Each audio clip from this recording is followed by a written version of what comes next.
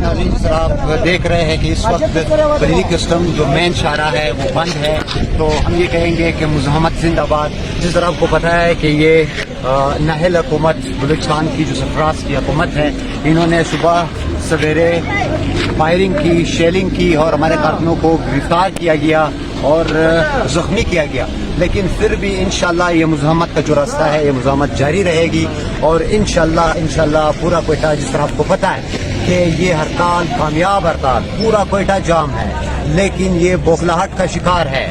یہ آپ کو پتہ ہے کہ یہ بوکھلا گئے ہیں، یہ آتے ہیں کارکنوں پر فائرنگ کرتے ہیں، یہ گرفتار کرتے ہیں، اس کی مذمت ہونی چاہیے۔ ہم ایک پرامن طریقے سے پروٹیسٹ کر رہے ہیں، یہ ہمارا آئینی حق ہے۔ اب جس طرح آپ کو پتہ ہے کہ عمران خان پہ ہاتھ ڈالا گیا، 2 سال سے پی ٹی آئی پر ہاتھ ڈالا گیا تھا، آج یہ ویشی بن گئے ہیں۔